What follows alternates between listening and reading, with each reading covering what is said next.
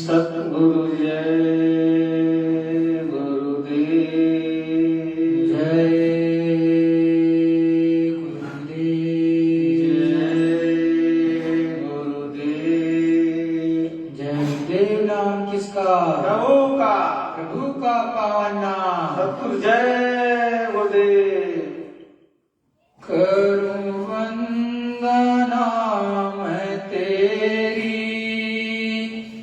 जग के रचाने वाले।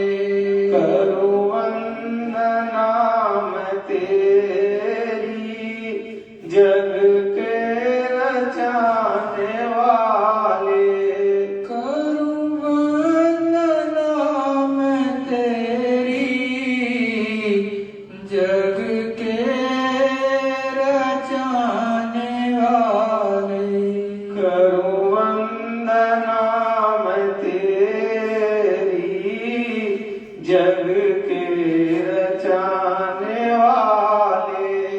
ज्योति स्वरूप तुम हो तम के हटाने वाले। ज्योति स्वरूप तुम हो तम के हटाने वाले। करूं वंदना मैं तेरी जग के रचाने वाले। करूं वंदना मैं तेरी जग के रचाने वाले। पट घट के खोल दीने गुरु ज्ञान हमको देकर। पट घट के खोल दीने गुरु ज्ञान हमको देकर। करें ध्यान हम तुम्हारा दुख से छुड़ाने वाले। करें ध्यान हम तुम्हारा दुख से छुड़ाने वाले। सृष्टि सुघर सजीली सिरजी है कैसी तुमने।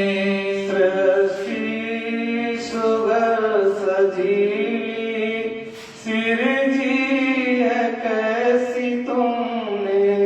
सारे पदार्थ जग में मन को लुभाने वाले। सारे पदार्थ जग में मन को लुभाने वाले। आकाश भूमि भूधर नक्षत्र सस दिवाकर। आकाश भूमि भूधर नक्षत्र सस दिवाकर। ये सब के सब हैं तेरी महिमा जताने वाले। ये सब के सब हैं तेरी महिमा जताने वाले। दुनिया के ताप दोषों से मुक्त बस वही है। दुनिया के ताप दोषों से मुक्ति बस वही है। पद कंज में जो तेरे हैं लो लगाने वाले। पद कंज में जो तेरे हैं लो लगाने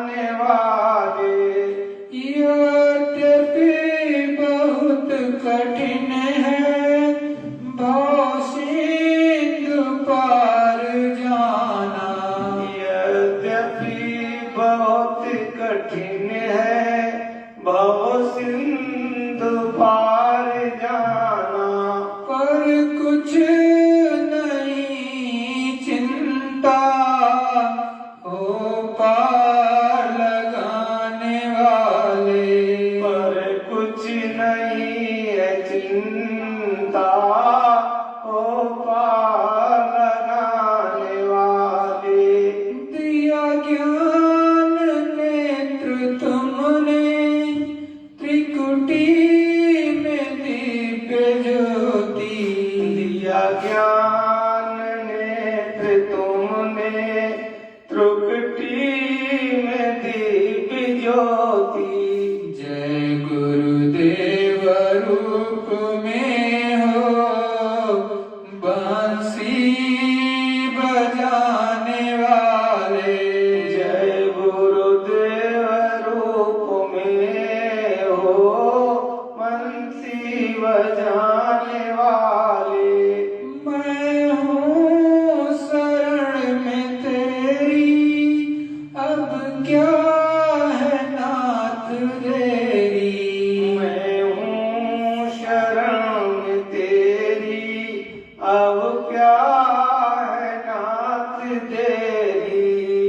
भक्ति को अपनी दे दो सतमार्ग दिखाने वाले, भक्ति को अपनी दे दो सतमार्ग दिखाने वाले। करूं वंदना मैं तेरी जग के रचाने वाले, करूं वंदना मैं तेरी जग के रचाने वाले। ज्योति स्वरूप तुम हो तम के हटाने वाले, ज्योति स्वरूप तुम हो तम के हटाने वाले। सद्गुरु जय गुरुदेव। सद्गुरु जय गुरुदेव। अखंड रूप से विराजमान परम पूज्य स्वामी जी महाराज के चरणों में मेरा कोटि प्रणाम।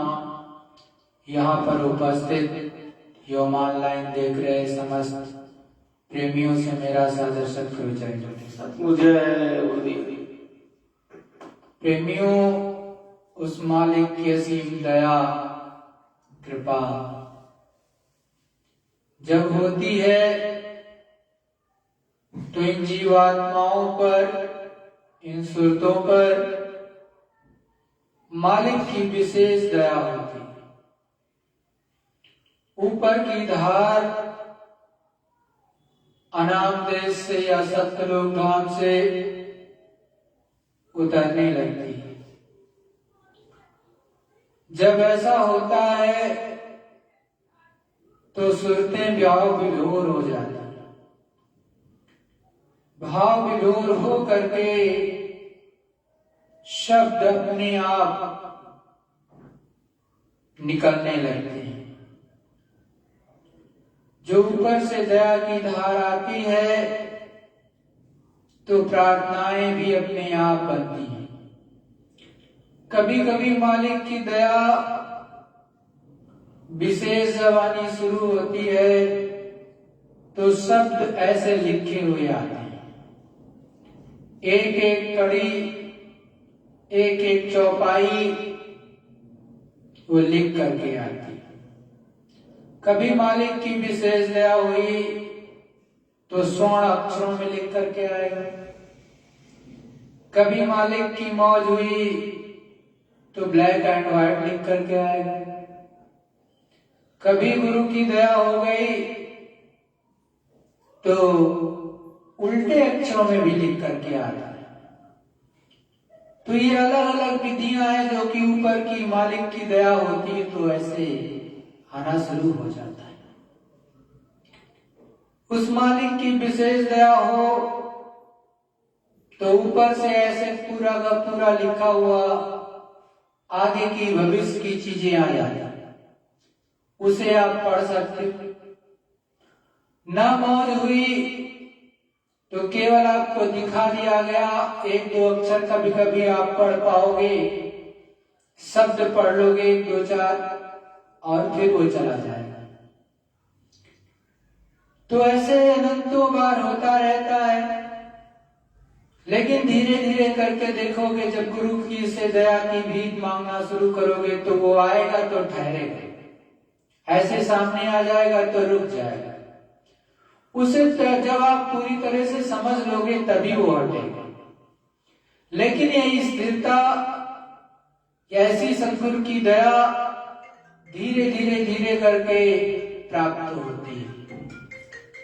प्रेमियों, तुरंत ये नहीं प्राप्त होती। जब अतिशय रगड़ करोगे तब जो है आपको वो दया मिलनी शुरू होगी।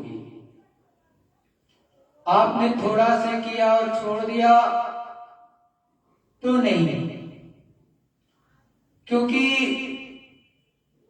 आपके अंदर इस चतुसंताकरण पर न जाने कितना गंदगी जमा है।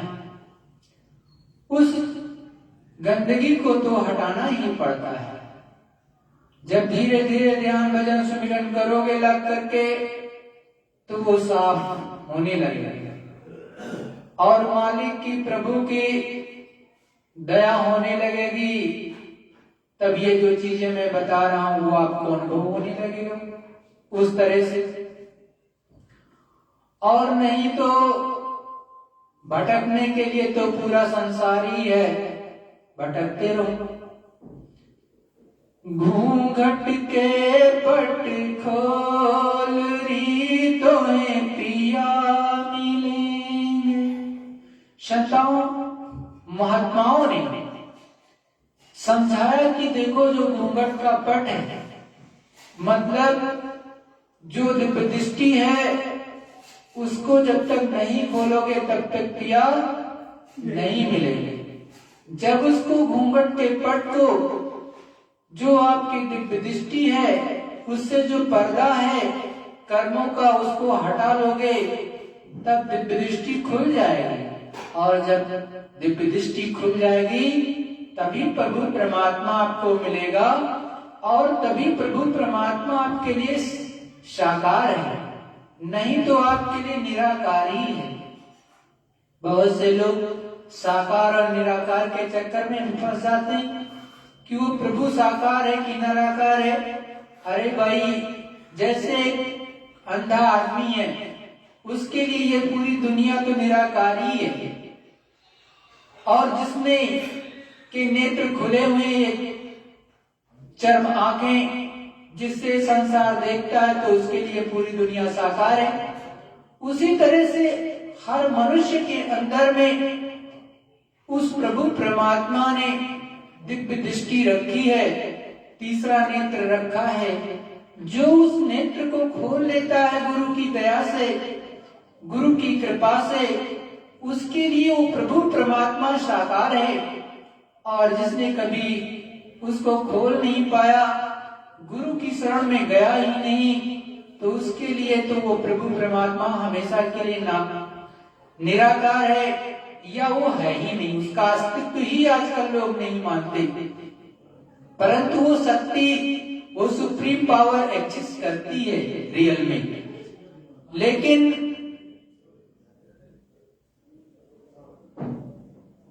जिन खोजा तिन पाइया गहरे पानी पे, मैं बड़ी देखन गई रही किनारे बैठ। जिन्होंने उस प्रभु परमात्मा को खोजा, उन्होंने प्रयास किया, जिन लोगों ने उसको, वो मालिक को पिया, वो प्रभु, वो सत्पुरुष करतार, वो अनामी मालिक मिला। लेकिन जिसने प्रयास ही नहीं किया, या फिर थोड़ा सा प्रयास करके छोड़ दिया, और दूर से ही लौट आए, वापस हो गए तो कुछ किया ही नहीं, तो उसको कहां से मिलेगा? जिस तरह से अपने गुरु महाराज पूरे भारतवर्ष में घूम घूम करके प्रचार किया, प्रभु मिलन का भेद बताया, अब कोई बहुत दूर खड़ा होकर सत्संग सुन लिया और चलता बने, नाम दान भी ना ले, प्रभु परमात्मा की प्राप्ति का मार्ग भी ना ले, और ये कहता हुआ निकल जाए कि ऐसे तो बहुत से महात्मा आते रहते हैं जाते रहते हैं, तो उसे क्या मिलेगा? तो किनारे पहुंच करके भी उसको अगर प्राप्त ना करे तो उसका भाग्य कौन कहे? कुभाग्य है। तो किनारे तक पहुंच करके भी बहुत से लोग लौट जाते हैं, उनको कुछ नहीं प्राप्त हो पाता है। वैसे तो संत के दर्शन से बहुत सी चीजें मिल जाती हैं, वो तो उनका स्वयं का प्रभाव है, लेकिन जीव अपनी सदगति स्वयं से बहुत बार नहीं करना चाहता, या अज्ञानता में वो दया को ठुकरा देता है। तो संत और महात्मा हमेशा कहते हैं कि अपनी दिव्य दृष्टि को खोलो और उस मालिक की दया को ले लो। संत और महात्माओं के सानिध्य में जाओ, प्रेम से बैठो और दीन होकर के जो उनके पास में है उसे मांगो तो मिल जाएगा। यदि आप दीन नहीं होगे, अकड़ में रहोगे, अहंकार में रहोगे, तो कदापि उनसे कुछ नहीं मिलेगा। जो दीन हो जाता है और संतों के चरणों में बैठ जाता है, उसे वो संत सद्गुरु बहुत कुछ दे देते हैं, जो कि अतुलनीय होती है, क्योंकि उस प्रभु परमात्मा को कभी हीरे जवाहरात या फिर धन धान्य से नहीं पाया जा सकता है। उसको पाया जा सकता है तो प्रेम से, सेवा से और दीन होकर के जब पुकारोगे तो वो मालिक बोलेगा। दीन नहीं बनोगे, दीनता आपके अंदर नहीं आएगी, मानवता नहीं आएगी, तो वो प्रभु परमात्मा आपको कदापि मिलने वाला नहीं। उस मालिक ने इस रचना को भी इस तरह से बनाया है कि जिस तरह से मान लिया पहले स्थान को रचा उन्होंने, जहाँ पर 3 लोगों के मालिक बैठते हैं तो उनका स्थान है, तो उसी तरह से ऊपर का मालिक अपने लिए भी एक स्थान बनाता है और उनका एक स्वरूप यहाँ पर भी रहता है। इसी तरह से ब्रह्मलोक में देखोगे तो ब्रह्मलोक में भी होगा, इसी तरह से पार ब्रह्म में चलोगे तो पार ब्रह्म में भी होगी बैठक, और इस तरह से महाकाल पुरुष की यहाँ जाओगे तो वहां पर भी उनकी बैठक होगी, और इसी तरह से सत्यलोक धाम में तो उनका है ही, अलग अगम अनाम में उनका ही है। तो वो मालिक अपने बोध को, अपनी चीज को हर जगह पर बिठा देते हैं। ये सूरज जीवात्मा जब ऊपर में धीरे धीरे करके चलती है प्रभु की यादगारी में, तो सद्गुरु हमेशा अंग संग चलते हैं। हर स्थान पर, हर मुकाम पर वो आपको मिलते हैं। ये आप कभी मत सोचो कि वो मिलेंगे नहीं। जब तक वो मिलेंगे नहीं और दया नहीं करेंगे, ये सूरत, ये जीवात्मा ऊपर नहीं बढ़ सकती। संत सद्गुरु जो यहाँ पर नाम दान देते, प्रभु का सच्चा भेद बताते हैं, वो अंग संग चलते हैं, तब ये सूरत, ये जीवात्मा धीरे धीरे करके ऊपर में चढ़ती और हर एक चीज को देखती हुई आगे बढ़ती चली जाती है।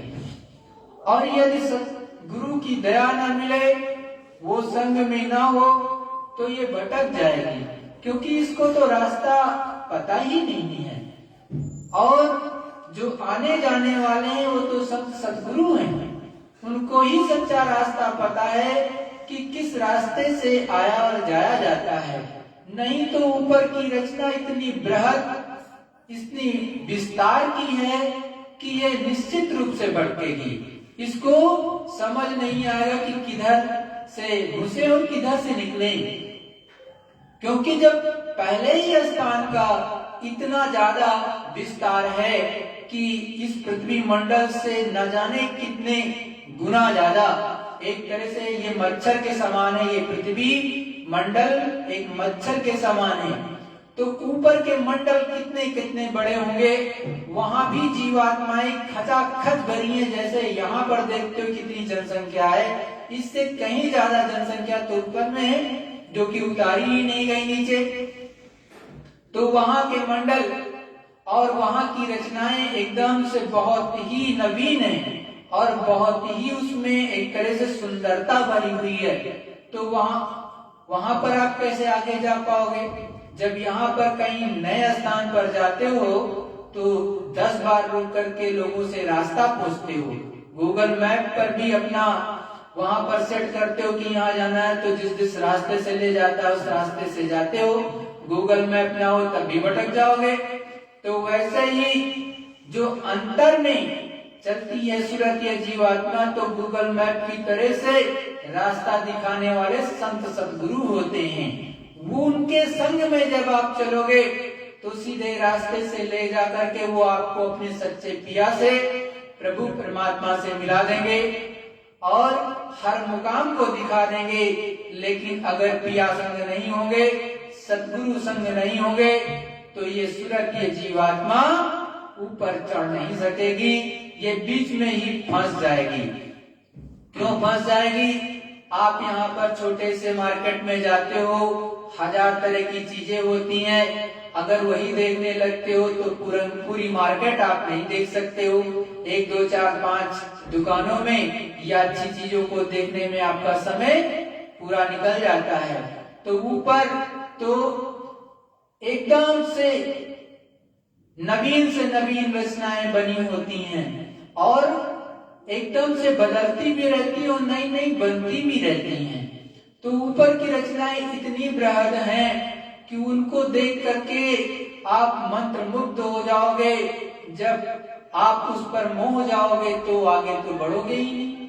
तो जब आगे बढ़ेगी ही नहीं सूरत या जीवात्मा, तो उस लोक को पार कर ही नहीं पाओगे। जब पार नहीं कर पाओगे तो आगे का मुकाम तो वैसे नहीं जा सकते। और वहां पर आदेश भी है कि इनको आगे आने मत देना, इनको किसी न किसी तरह से बहाने से गिरा देना। तो आप पर तो पाबंदी वैसे भी लगी हुई है कि इनको किसी न किसी तरह से गिरा देना, आगे नहीं जाने देना, नहीं तो ये निकल जाएंगे यहाँ से।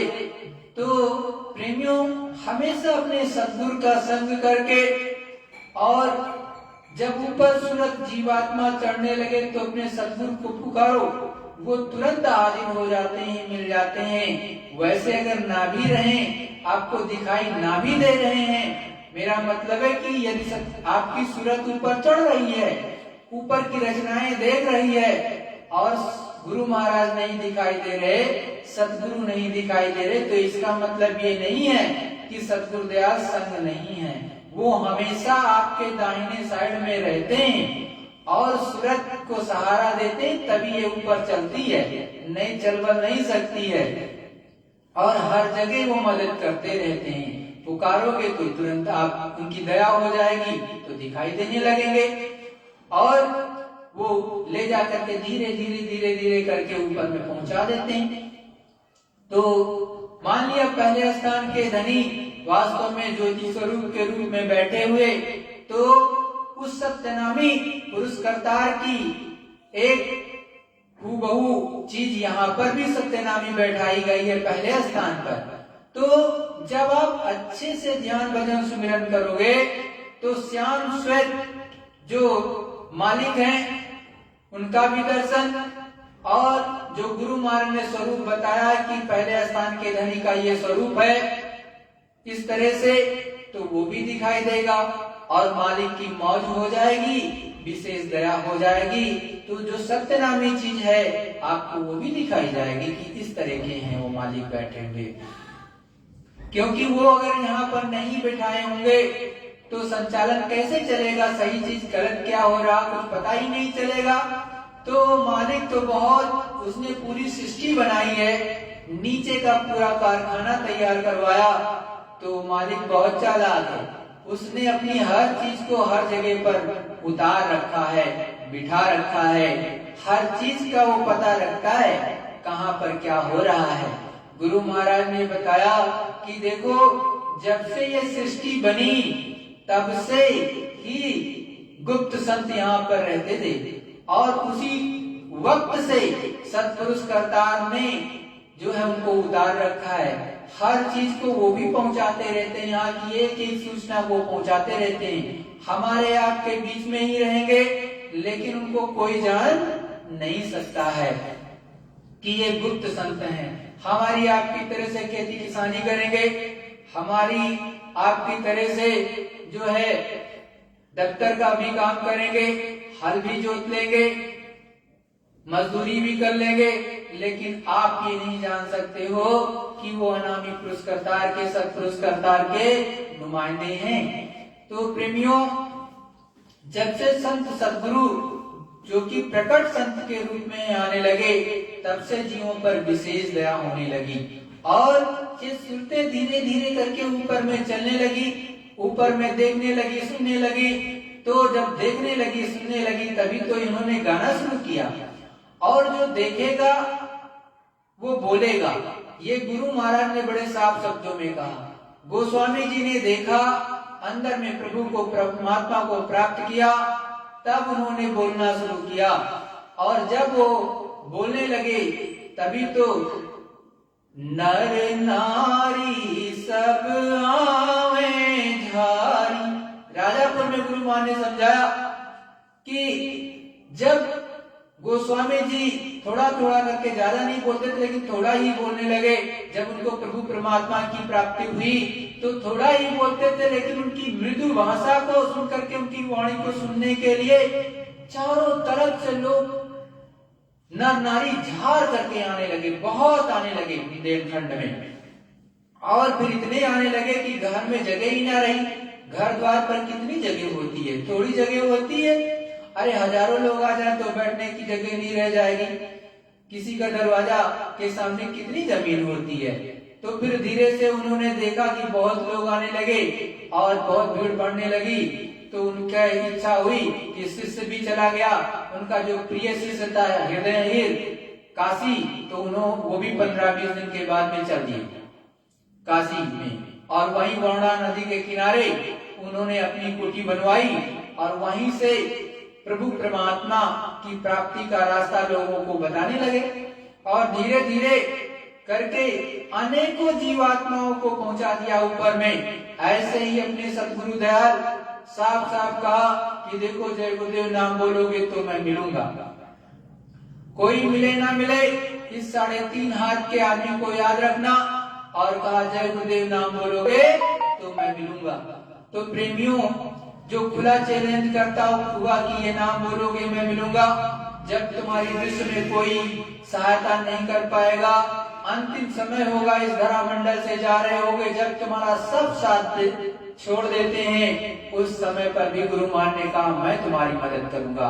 ये सूरत ये जीवात्मा जब ऊपर में चलती है तब भी गुरु महाराज हर मंडल में मिलते हैं और बड़ी दया करते हैं, सत्संग भी सुनाते हैं, अनेकों बृहद सत्संग सुनाते हैं और ये जीवात्मा पुलकित हो जाती है। रोम रोम इसके एकदम से खड़े हो जाते हैं कि देखो मालिक कितनी दया उतार रहे हैं। और जो सत्संग आज आम रूप से नहीं मिल रहा वो अंतर में गुरु महाराज सुना देते, लेकिन आपके अंदर भाव होगा अंदर में चलने का, तभी तो चलोगे। भाव नहीं होगा तो कुछ नहीं हो सकता। प्रेमियों, भाव आपके अंदर होना चाहिए। और इस संसार में जितने लोग हैं एक ना एक दिन सब चले जाएंगे, क्योंकि शरीर तो नाशवान है, जाना ही पड़ेगा, ये शरीर छोड़ना ही पड़ेगा, क्योंकि ये शरीर तो काल भगवान का है। काल भगवान ने दिया है उस प्रभु परमात्मा की प्राप्ति के लिए। आप केवल धन इकट्ठा करने में लगे हो कि सब मेरा हो जाए, आपका कुछ नहीं है, ये पड़ा यही रहेगा। आप करोड़ों इकट्ठा कर लो, चाहे 10 किलो 20 किलो कुंटलों हीरा जवाहरात भी रख लो, सोना चांदी भी रख लो, लेकिन एक समय आएगा ये यहीं पड़ा रह जाएगा। हमको और आपको इस धरा मंडल में से सब कुछ छोड़ करके जाना पड़ेगा। संतों महात्माओं ने भी यही कहा कि देखो, मैं कोई अमर पट्टा लिखा करके नहीं आया हूँ, मुझे भी जाना है। तो आप लोगों को भी समझना चाहिए कि जाना पड़ेगा, तो वक्त से अपना काम कर लो। प्रभु परमात्मा को प्राप्ति के लिए क्यों मनुष्य शरीर मिला है, केवल एक बार, बार बार नहीं मिलता है। तो जाग करके हमेशा गुरु के चरणों को पकड़ना चाहिए और उनके शब्दों को अंतर में धारना चाहिए, तब काम बनता है। सद्गुरु जय गुरुदेव। सद्गुरु जय गुरुदेव। प्रेमियों, एक गुरु महाराज का सत्संग उनके मुखारबिंद से जो निकला वो आप सुनो। घाट पर बैठकर मेहनत करते हैं, उनको सब दिखाई सुनाई देता है, तो आप थोड़ी सी मेहनत करो। गोस्वामी जी को जब संसार फीका लगा और मन अंतर्मुखी हुआ, तब उनको सब कुछ प्राप्त हुआ। काशी में ये शोर मचा कि गोस्वामी जी का जो भी दर्शन करने जाएगा उसको 1000 गाय काटने का पाप लग जाएगा। उनके पास न जाने के लिए काशी में ऐसा प्रचार किया। जब ज्यादा शोरगुल होता है तो पढ़े लिखे लोग इस बात पर विचार करते हैं कि हम पढ़े लिखे हैं, हम सब कुछ जानते हैं। वो क्या कहते हैं, देखा जाए। जो जा रहे हैं उन सबको गोस्वामी जी उपदेश कर रहे हैं। तो जैन मत के लोग वहां पहुंचे। जैन मत तो बड़ा ही अक्खड़ मत है, टेकी मत है, चाहे जितना समझाइए मगर उसको समझ में नहीं आएगा। कितना भी बताइए कुछ नहीं, उन्होंने तो टेक मान रखी है। 2 आदमी उनके पास पहुंचे। कर्मा धर्मा यों कही बोले, वेद हमारे सब तुम खोले। कर्मा धर्मा बोले कि हमारे शास्त्रों में जितने भी भेद थे वो आपने सब जान लिए।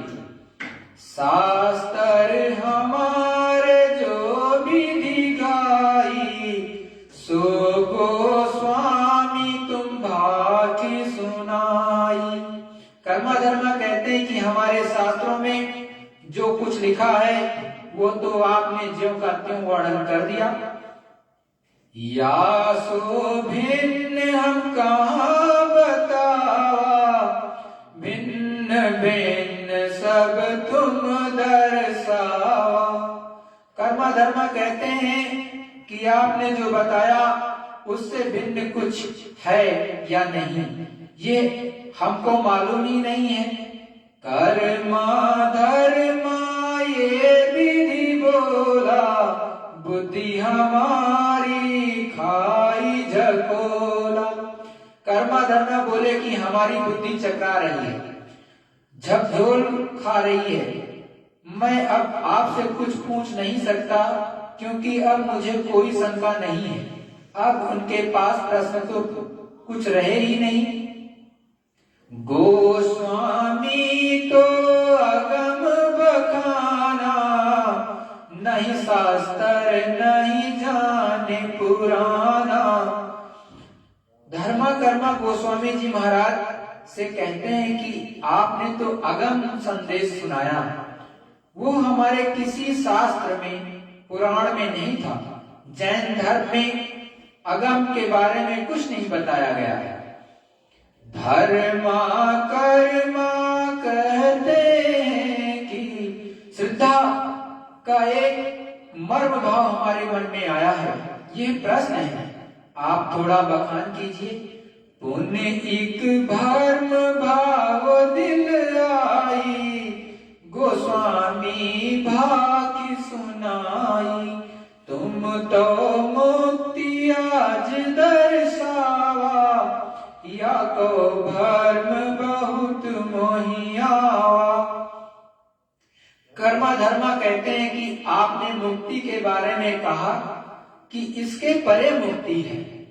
इस प्रकार की मुक्ति का वर्णन है तो हमारी किताबों में है ही नहीं। स्वर्ग वैकुंठ तो है, स्वर्ग में भी मुक्ति है, मगर आप जो मुक्ति बतला रहे हैं ये है कि कहाँ उसको बताइए और दिखाइए, तभी हमारा भाव स्थिर होगा।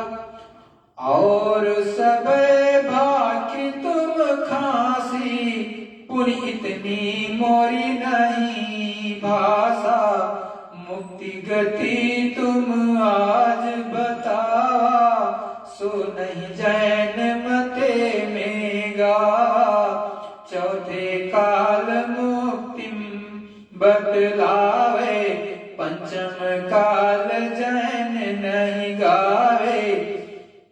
धर्मा कर्मा कहते हैं सहजल कमल के लिए तो जैन मत की किताबों में वर्णन किया है कि वहां पर ईश्वर है। जैन मत के 2400 तीर्थकर इन्हीं के नीचे भेजी हुई सुरतें थी, तो उन्हीं का अवतार कहलाते हैं। काल भगवान है, मगर इसके ऊपर जो ब्रह्मा बैठे हैं उसका तो वर्णन जैन मत की किताबों में नहीं है। गोस्वामी यह विधि कहिए, तामय मुक्ति आज विधि पहिए, ऐसी कौन जो विधि कराई, तासो आज मुक्ति गति पाई, जो जो तुमने वेद बखाना, सो तो हम सुपने नहीं जाना। धर्म और कर्मा नाम के दो जैन मत के थे। गोस्वामी जी ने उनसे कहा कि तुम्हारे मत में जो लिखा है उसके आगे का रास्ता हम बताते हैं। यहाँ तुम्हारा ज्ञान नहीं है, यहाँ तुम्हारा स्थान नहीं है। तुम जो वर्णन करते हो वो सब चलायमान है।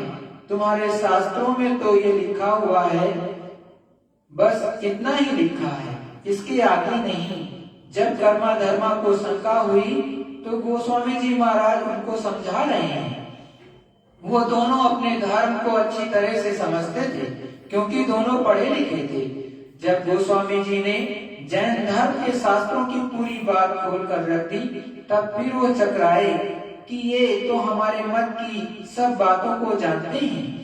या ते कछ हम भिन्न दर्शाई, ताको भेद कहो समझाई। कर्मा धर्मा गोस्वामी जी महाराज से कहते हैं कि आपने हमारे शास्त्रों में जो बात अलग बताई है हमारे शास्त्र में नहीं है। जो आपने बताया उसका चिन्ह भी हमारे शास्त्रों में नहीं देखा। तुम्हारे मत की पूछो बाता, ताकि प्रथम करो विख्याता। गोस्वामी जी कहते हैं कि तुम्हारे मत में और क्या है वो बताओ, और कोई शंका होगी तो मिटा देंगे। तुम्हारे मत में जितना लिखा है वो तो मैंने तुमको पूरा समझा दिया। तुम्हारे मत में आगे थोड़ा नहीं बहुत कुछ है। तुम्हारे मत से आगे थोड़ा नहीं बहुत कुछ है। ये विधि भिन्न भांति कई बाकी, कर्मा कहो और को साची। गोस्वामी जी ने कहा कि हमने जो अलग बतलाया उसका कोई प्रमाण तुम्हारे शास्त्र में है। हम तो कोई प्रमाण दे देंगे, कुरान पुराण वेद शास्त्र इनमें भी प्रमाण नहीं है। या को विधि विधि बतलावे, सो सब भेद भाव दर्शावे। गोस्वामी जी कहते हैं सब भेद भाव बतलाइए और दिखाइए। हमको पूछ पूछ विधि वाणी, सो तुम सब सब कहो बखानी।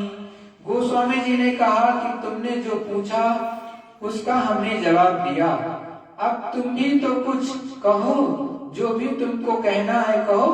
तुम यही मानते हो कि तुम्हारा मत सबसे अच्छा है। ऋषभ देव कहाँ रहते हैं हमको बताइए। तो वो धर्मा कर्मा तो ये भेद जानते ही नहीं है। उन्होंने तो किताब पढ़ी है और उसका जो भावार्थ है वही जानते हैं, बाकी उनको रास्ता तो मालूम है नहीं। कर्मा धर्मायों कई बोले, वेद हमारे सब तुम खोले।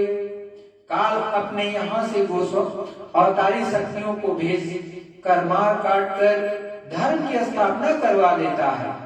मैं 8 साल के पहले आपके अमरनाथ गया था, 2 आदमी ले गए, हमसे बोला ऐसा होगा वैसा होगा, तो हमने कहा चलो। वहां गए और दिन भर रहे, नीचे देखते रहे तो नीचे कुछ नहीं है, फिर लौट कर आए। यहाँ बर्फ पर चलना पड़ता है, पैरों में घास के जूते कई दर्जन ले गए थे।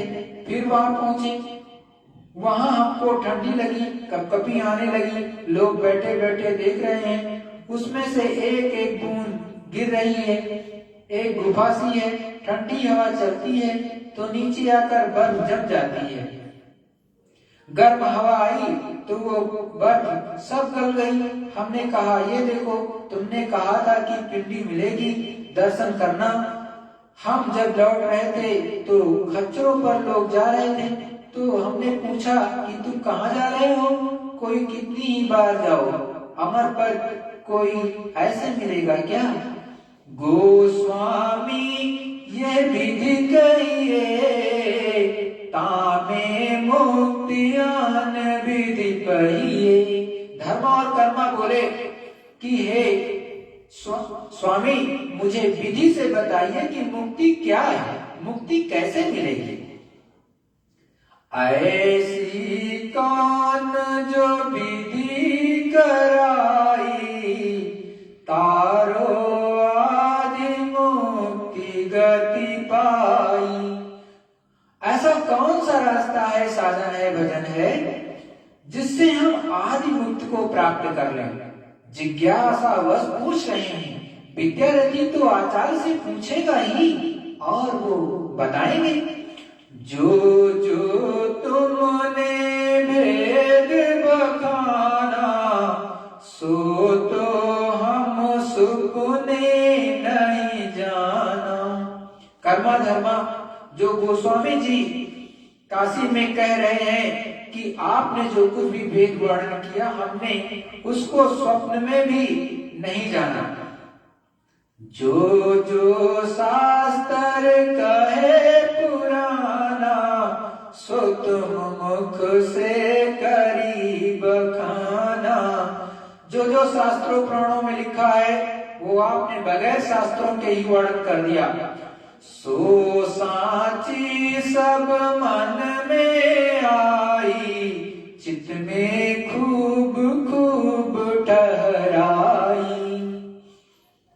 कर्मा धर्मा कहते हैं कि आपकी बात बिल्कुल सच है, अब हमको मन में विश्राम हो गया है, हमने चित्त में बसा लिया है। तुमने आगे भेद बखाना, हम पुनि परे कछु नहीं जाना। आपने भेद वर्णन किया, आपने भेद वर्णन किया, नहीं होता तो हम तो कुछ जानते ही नहीं थे। ये तो सत्य सत्य ही बाकी, मुक्ति आदि हुई कहिए साखी। स्वामी जी आपने जो भी कहा वो सब सत्य कहा, आदि की मुक्ति आप बताएंगे कौन सा रास्ता है? इससे तुम्हारे चरणन बलिहारी, कहा धर्मा हम शरण तुम्हारी। धर्मा ने कहा कि हम तो आपके चरणों में गिरे हैं, अब दया कृपा कीजिए, आदि मुक्ति पाने का रास्ता बताइए। हम अज्ञान कुछ बूझ न पाता, तुम कही आदि अंत विख्याता। कर्मा धर्मा कहते हैं कि स्वामी हम तो पूछना भी नहीं जानते, और आपने आदि और अंत दोनों का भेद बताया। जैसे बच्चा माँ की गोद में शरण ले लेता है, ऐसे ही हम दोनों ने शरण गोस्वामी जी के चरणों में ले ली। मुक्ति भाव मोको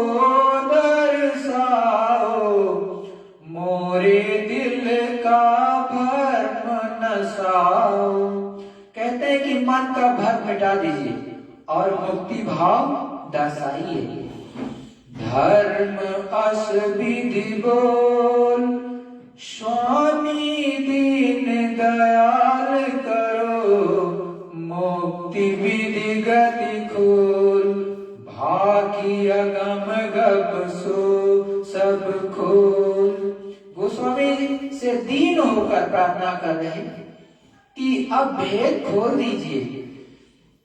गोस्वामी कहत बुझाई, कर्मा धर्मा सब सुनो, आगे कहूँ लखा, मुक्ति विधि दर्शाई कै।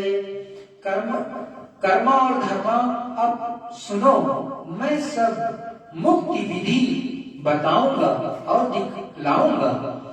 कहे गोस्वामी सुनो अगम संदेशा, आदि अंत दर्शाऊं देसा।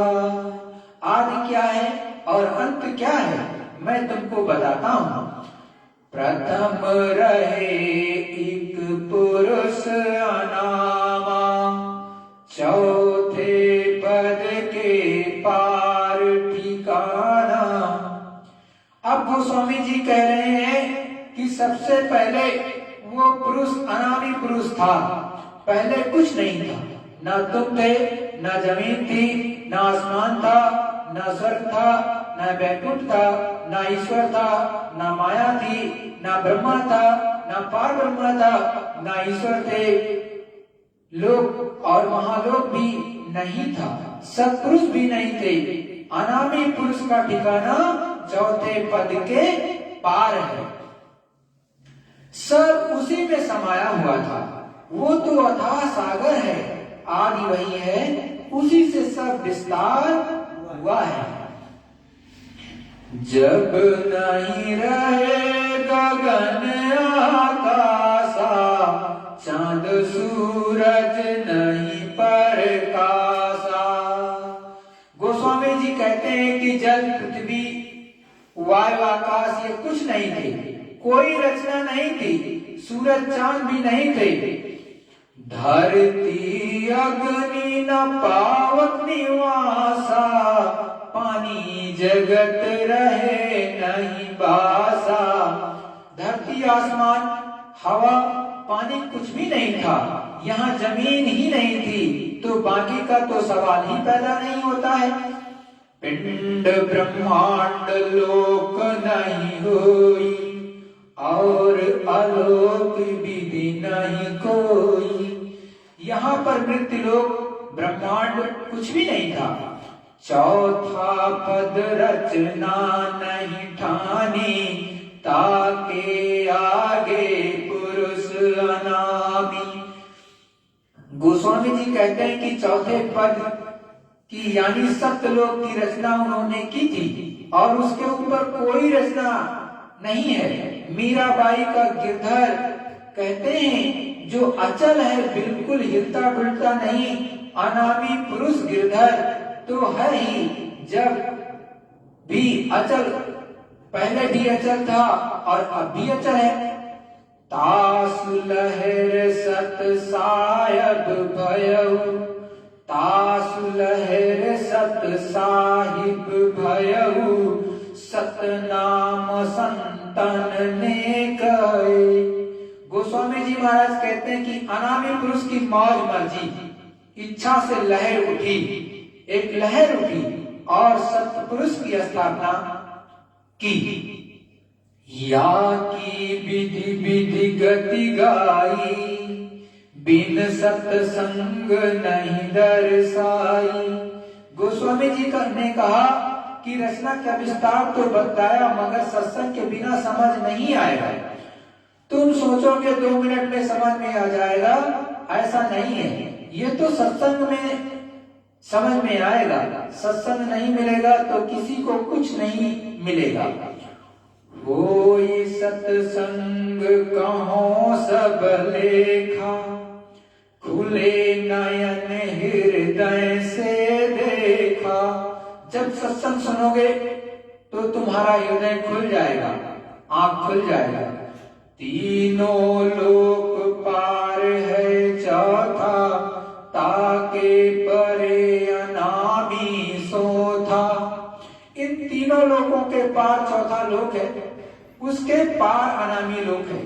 अनामी पुरुष की मौत से सत्पुरुष पैदा हुए। चौथे पद की रचना सत्यनाम की। अनामी पुरुष ने तो 3 लोक अपने से अलग स्थापित कर दिए। ताते भये 16 निर्वाणा, जिनमें एक की करूं बखाना। सत्पुरुष ने सबसे पहले 16 पुत्रों को अलग किया, मंडल बनाकर सबको अलग अलग स्थापित कर दिया। जब सत्पुरुष उनकी भक्ति से प्रसन्न हो गए जाएंगे, तब आगे रचना का विस्तार होगा। सत्पुरुष ने प्रसन्न होकर कहा, मांगो तुम क्या चाहते हो? तो उस पुत्र ने कहा कि मैं आपके जैसा राज्य चाहता हूँ। बिना सुरतों के कोई रचना नहीं हो सकती, इसीलिए सत्पुरुष ने सुरतों का छोटा सा भंडार दे दिया। 16 निर्गुण है निर्वाणी, निराकार जाहि को जानी। जो देखने में ना आए उसको निराकार कहते हैं। बाहर से देखने पर बाहर की चीजें साकार, और अंदर की दृष्टि खुल जाए तो अंदर की चीजें साकार। सूरत में आंख है, दिव्य दृष्टि से देखने पर साकार। सूरत इस पर्दे के अंदर आ गई, तब भी उसकी आंखें, कान, नाक है। ज्योति निरंजन सोई कहाई, ताको संत काल गोहराई। कहते हैं कि इनका नाम निरंजन है, रूप ज्योति स्वरूप है। संतों ने इनको काल बतलाया है। मसाला लेकर और सुरतों का भंडार लेकर इन्होंने रचना की। दयाल उसको कहते हैं जो जन्म मरण से बचाए।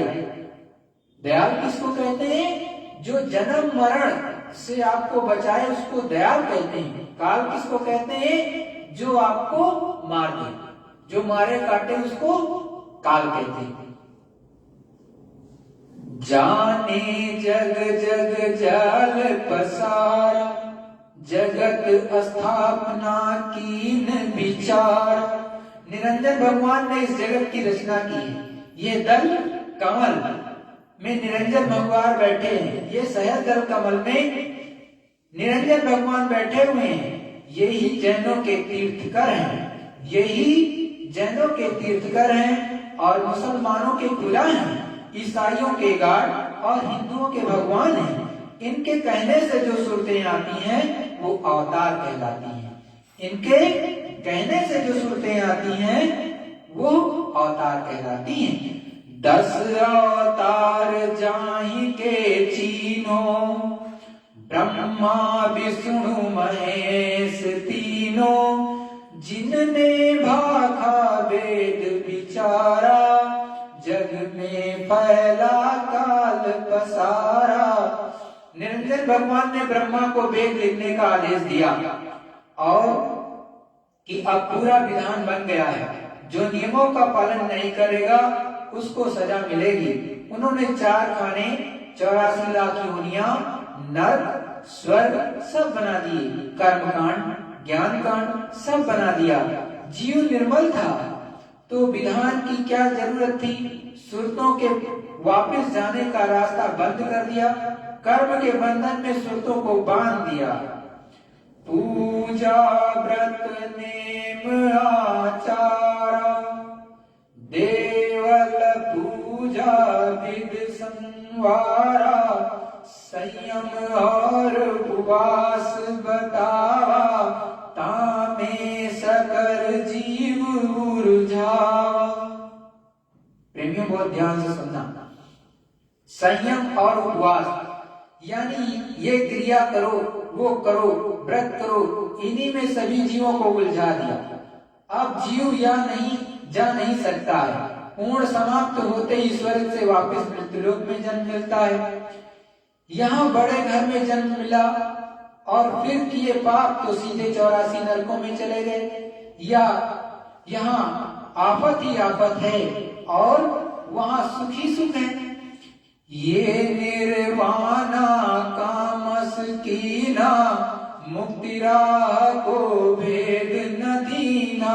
निर्वाण पद में बैठकर का भगवान ने जीव को फंसाने का ये काम किया और मुक्ति का भेद छुपा लिया। मुक्ति का भेद जो था उसे छुपा लिया।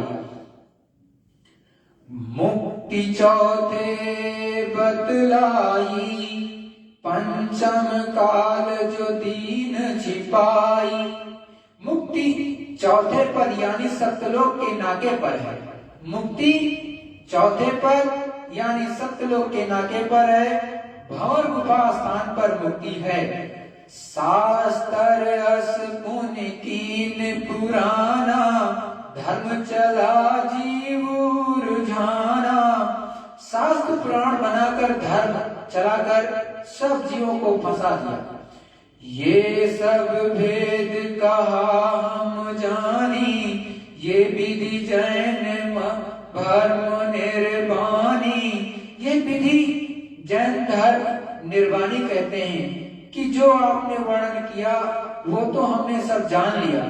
जैन मत तो निर्वाण पद को जानता ही नहीं है और मानता भी नहीं है।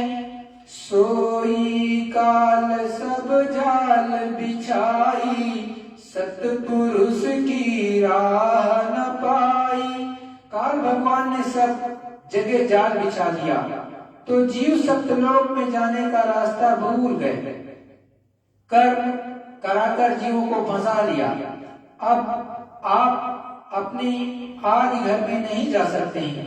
सत्संग आपको मिलेगा नहीं, भाव जगेगा नहीं तो रास्ता कैसे मिलेगा। सत्पुरुष का भेद नियारा, जहां वसंत करे दरबारा। सत्पुरुष का भेद सबसे ऊपर है और संत ही दरबार करते हैं।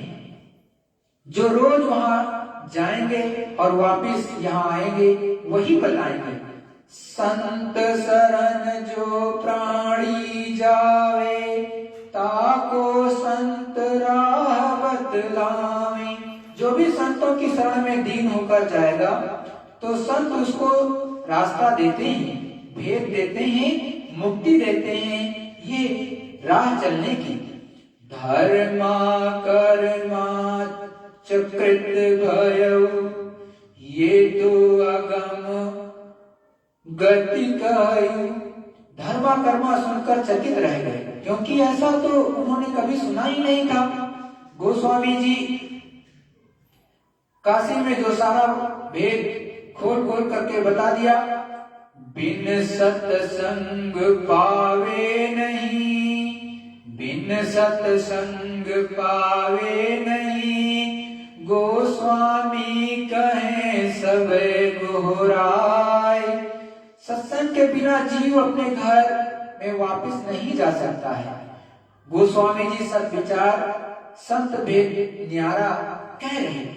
गोस्वामी सत विचार संत भेद न्यारा कहीं, सो पहुँचे वही द्वारा अगम, शारत ही लखी परे। संतों का भेद सबसे अगम है। संतों के शब्दों को कोई नहीं जानता।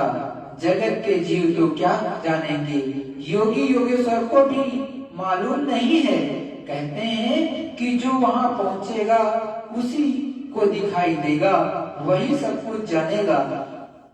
सद्गुरु जय गुरुदेव।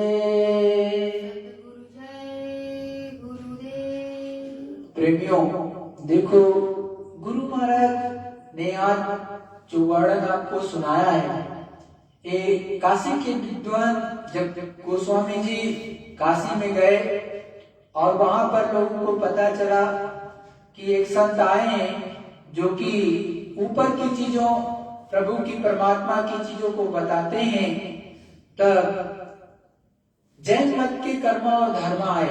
उन्होंने अनेक तरह से प्रश्न किया, शास्त्रों के किया, वेदों के किया। गोस्वामी जी ने हर एक चीज का उनको विस्तार से ऊपर से नीचे तक का वर्णन बताया उस प्रभु का कि किस किस तरह से भगवान कौन है, ब्रह्म कौन है, पार ब्रह्म कौन है, महाकाल पुरुष कौन है, सत्पुरुष करतार कौन है, कैसे पूरे का नीचे की रचना हुई है, कैसे जीवों को उतारा गया है, कैसे 16 पुत्रों को ऊपर से उतारा, फिर ऊपर का मसाला कैसे नीचे आया, कैसे जीवों को फंसा लिया गया और कैसे अब इन जीवों का उद्धार होगा। आदि कहाँ है, अंत कहाँ है, मुक्ति पद कहाँ है और मुक्ति इस जीवात्मा को कैसे मिलेगी, जन्म मरण के चक्रों से कैसे छूटेगी, इसको भी गुरु महाराज ने गोस्वामी जी की एक एक चीज को का वर्णन करते हुए आपको बताया कि प्रेमियों देखो, जितने भी तीर्थ व्रत इस तरह के होते उससे मुक्ति कदापि नहीं मिलती है। मुक्ति तीसरे पद में है, मतलब तीसरे धाम में जाओगे और पिया पद को पार कर जाओगे। जब मानसरोवर में जीवात्मा स्नान करती है, ब्रह्म से ऊपर पार ब्रह्म में जाती है वहां पर तब, और उसके ऊपर फिर ये चलती है तो पिया पद है। पिया पद के ऊपर नाके पर जो है ये मुक्ति पूर्ण रूप से मिल जाती है, मतलब उसी को सत्यलोक का नाका कहते हैं, जहां से सत्यलोक प्रारंभ होने जा रहा है, तो वो नाका।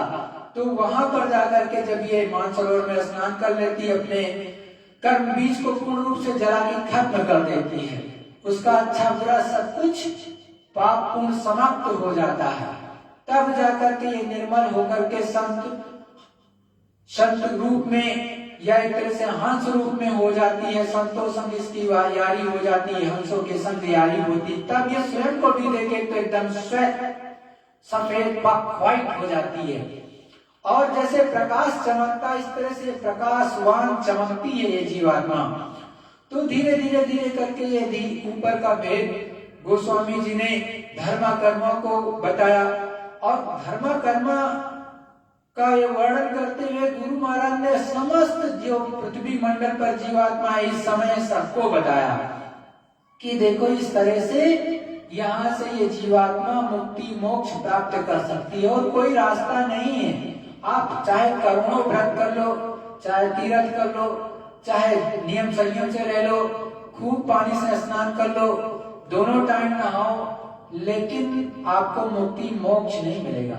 मुक्ति मोक्ष मिलेगा तो संतों के चरणों में बैठ करके, जब उनके द्वारा सच्चा नाम धन मिलेगा, सच्ची विधि से उस प्रभु परमात्मा के द्वारा अपनी दिव्य दृष्टि खोल लोगे और उसका साक्षात्कार कर लोगे, तीसरे धाम में पहुंच करके मानसरोवर में स्नान कर लोगे, तब जाकर के, उससे पहले मिलने वाला है नहीं। क्योंकि यहाँ तो जितने अवतार आते हैं वो आपको मुक्ति मोक्ष कभी प्रदान नहीं करते, वो तो धर्म की स्थापना कराते हैं।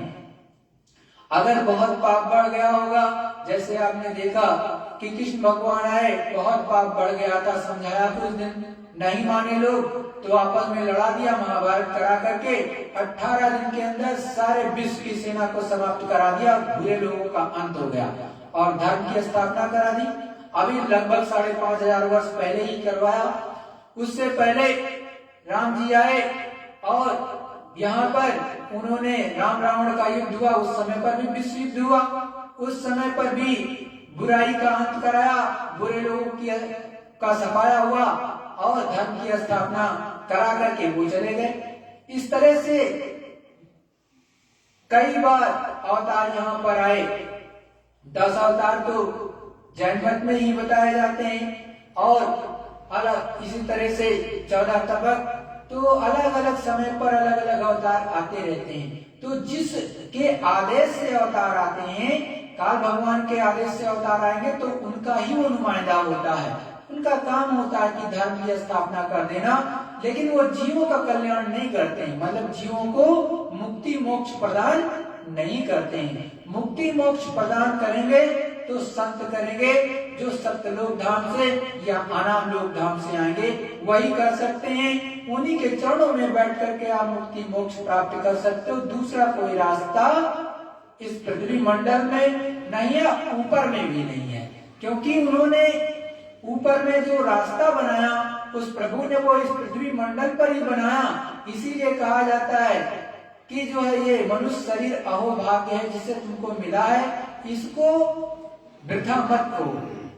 ये बहुत ही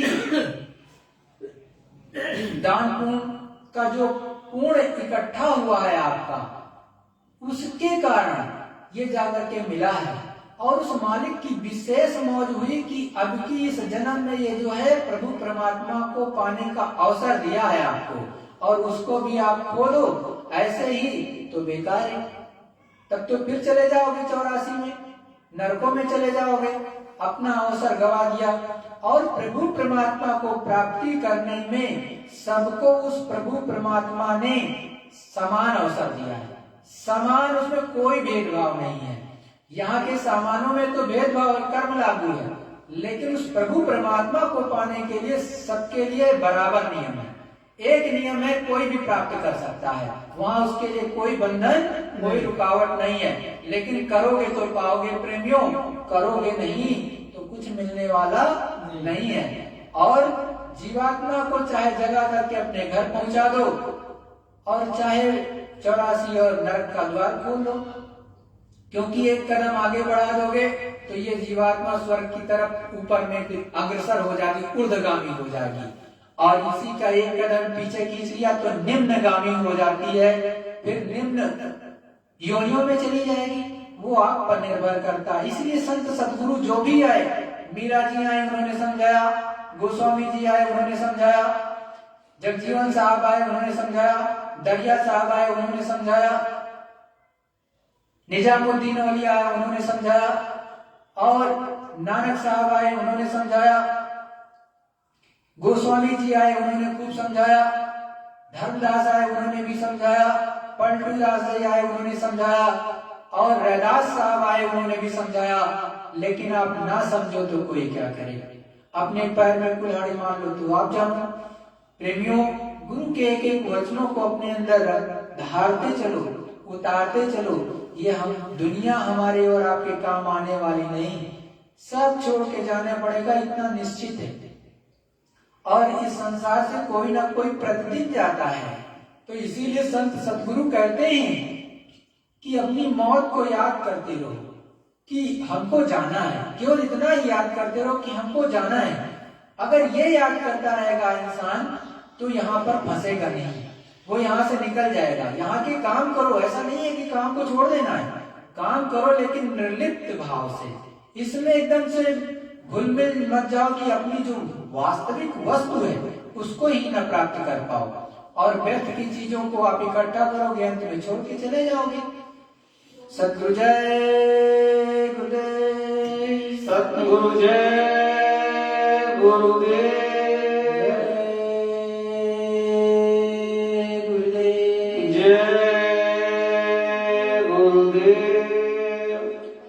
सत्संग होता है, एक गुरु सत्संग रहते हैं जो कि गुरु महाराज के एक एक वचन कहते हैं। तो आप इसको जो आपसे हो पाया करे देखा करो, तो इसको आगे बढ़ा दिया करो, शेयर कर दिया करो, जिससे कि सभी तक पहुंच जाए। क्योंकि ये वाणी अब आपको कहाँ मिलेगी, ऐसी वाणी इस संसार में मिलने बड़ा दुर्लभ है, मिलना बहुत ही दुर्लभ है। तो इसको बढ़ा दिया करो, सब तक पहुंच जाए। और जितनी जीवात्माएं जग जाएंगी उतनी ही आपकी सेवा बन जाएगी। प्रेमियों, एक प्रार्थना होगी, सभी लोग बोलना, उसके बाद ध्यान भजन से प्रेम करना। सतगुरु जय गुरुदेव, सतगुरु जय गुरुदेव। अब अपना बना लो हमें सतगुरु प्यारे, अब अपना बना लो हमें सतगुरु प्यारे। रहूं जिससे निर्भय सहारे तुम्हारे, रहूं जिससे निर्भय सहारे तुम्हारे। जगत में समझ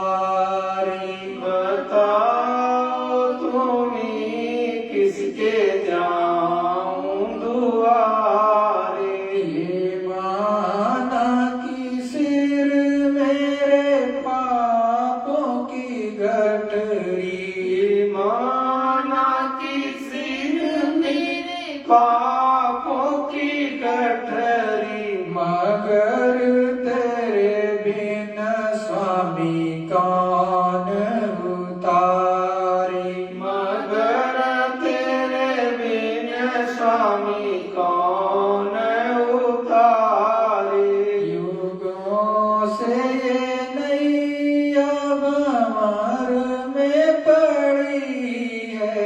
युगों से ये नैया भंवर में पड़ी है। दया करके अब की लगा दो किनारे। दया करके अब की लगा दो किनारे। है विश्वास अब की ना डूबेगी नैया। है विश्वास अब की ना डूबेगी नैया।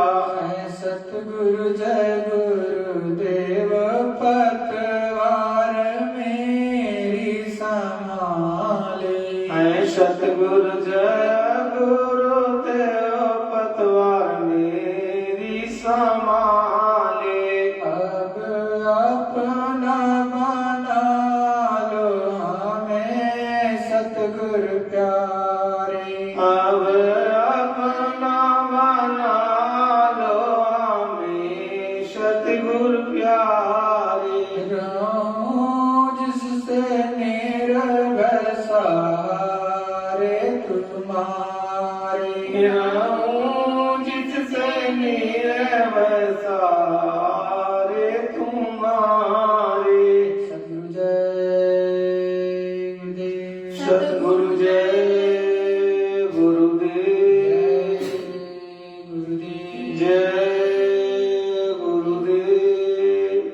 गुरु स्वरूप एवं पांचों धनियों को विधि पूर्वक दृष्टि प्रणाम करके सभी प्रेमी भाई बहन सुमिरन ध्यान और भजन में बैठेंगे।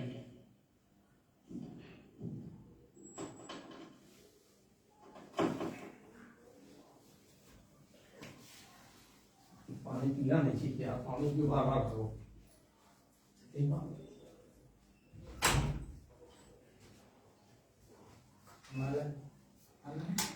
हमें मालूम है, हमारे बैग